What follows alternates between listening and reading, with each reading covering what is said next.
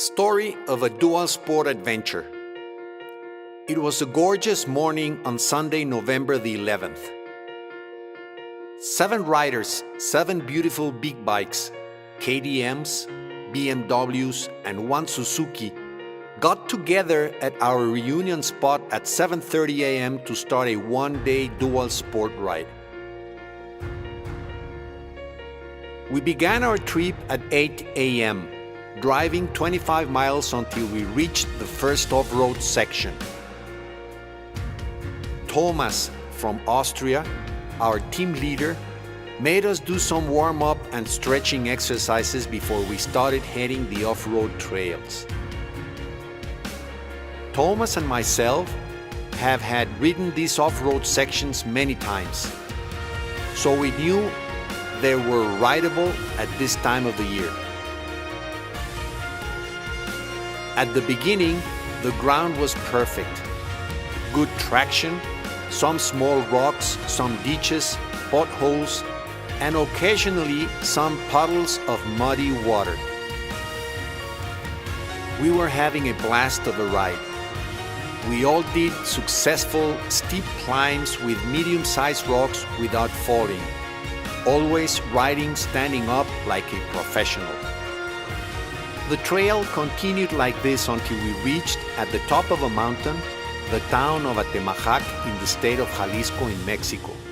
There, Thomas took us to a beautiful restaurant with spectacular views of mountains and canyons. We were all celebrating that the trip up to there had been a success. Just few light falls with no consequences. Breakfast was delicious, as always in this restaurant. We talked about many of our different motorcycle experiences in our lives and had a wonderful time. The second off-road section was a different story. None of us have had driven these trails before.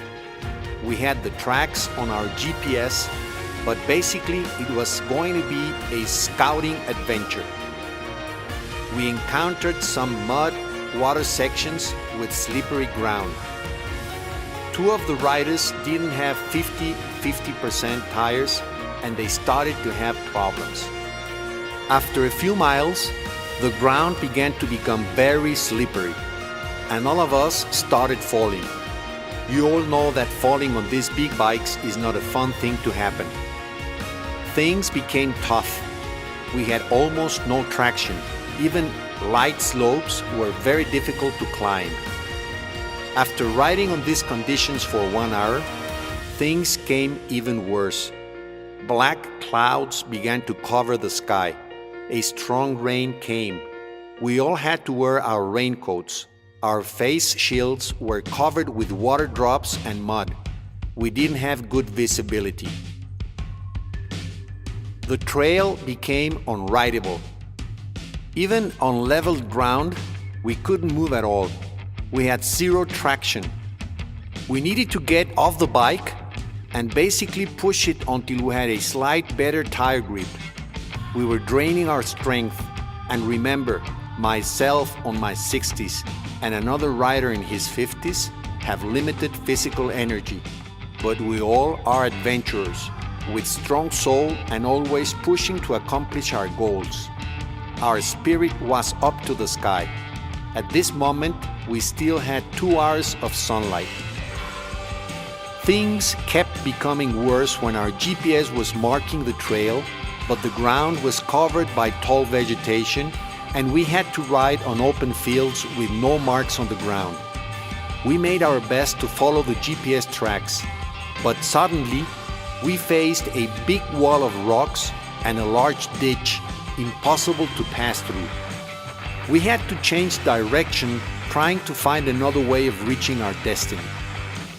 We scouted the land by foot in order not to get on difficult terrain where making a U-turn on our big bikes could be almost impossible.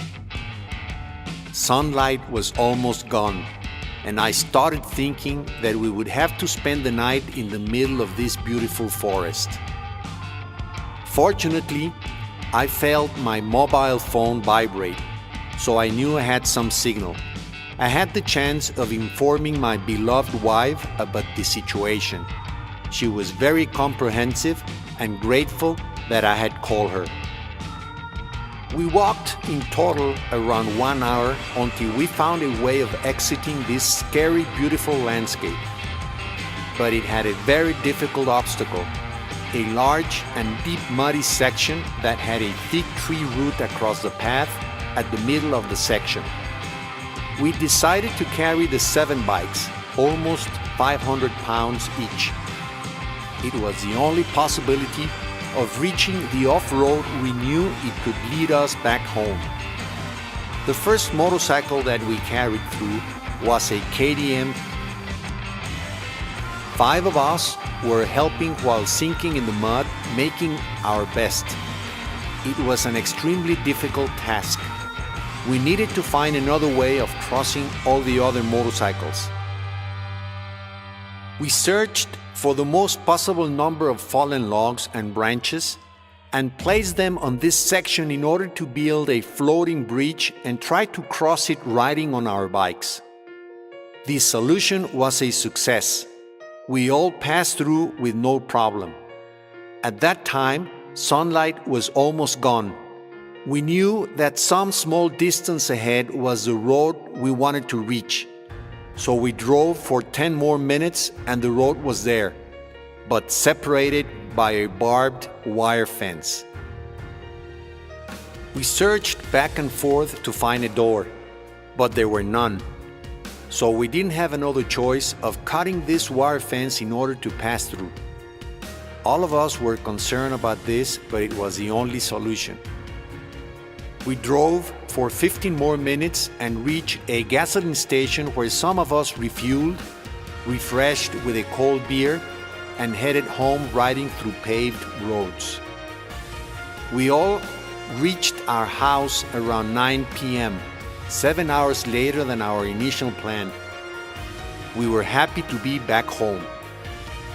It's amazing and beautiful that we all motorcycle riders sometimes suffer, become cold, hot, thirsty, hungry, tired, our back, legs, and arms hurt. But after finishing the adventure, we enjoy the trip we just finished, and we start thinking of planning for the next. I love this way of living. It makes my soul full of happiness.